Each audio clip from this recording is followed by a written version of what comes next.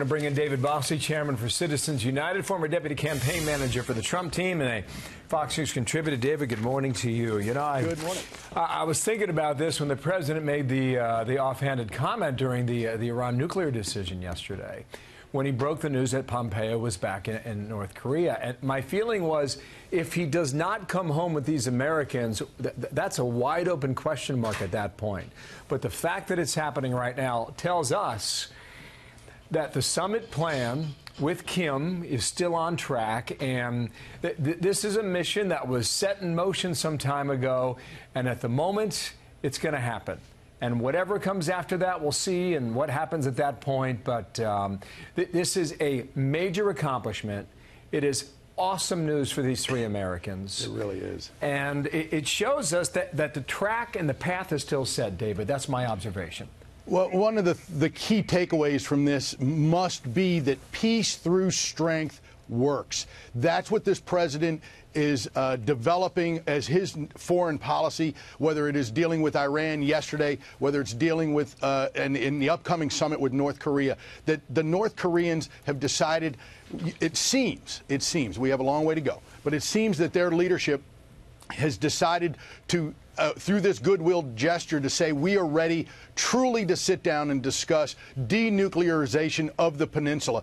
And if we do that, if this president is responsible for that, it is a tremendous victory, not just for the United States, but for the world. And that is what this president is focused on. He has been doing nothing but working night and day to make sure that we, as Americans, are protected at home and abroad. And I think that this just proves that he is solely focused on these important issues of the day, and he doesn't let all of this other stuff bother him. It's an amazing thing to see. Some of the points you're making are quite valid. I think the pressure on behalf of James Mattis has been significant. I think Kim listens to that pressure. But you wonder what his calculation was. At what point in his political life did he say, I'm going to change this hermetic kingdom that is so sealed from the outside world? You know, that's the million-dollar question, right, Bill? What has changed in Un's mind that has made him, allowed him to make these decisions to go to South Korea, to visit now regularly with the president of South Korea, to talk to our president, and to meet now a number of times that we know of with Secretary of State, or now Secretary of State Pompeo. And it is a wonderful thing for America to wake up today and see these three hostages who really, were hostages. They were jailed illegally. Two of them didn't have a sham trial. One did have a sham trial. And I want to not forget Otto Warmbier. The American people need to remember Otto and what happened to him and what this regime has been like in the past. And it's a great their point. Goodwill gesture today is very important. Well, his parents, Fred and Cindy, are not letting his story drift to the side. And no one should. Right. And it's a constant reminder of the brutality that so many have been exposed to inside North Korea for so long. And this president is not going to forget Otto. I can tell you that this president remembers that, just as Reagan did when he went to meet with Gorbachev. You don't forget what the Soviets had done for the previous 40 years. This is important. It's a big step, what happened today. I will not forget that moment that Kim went walking down that sidewalk along the DMZ. I mean, this is a young person filled with personality and a lot of confidence. So now, final question, David.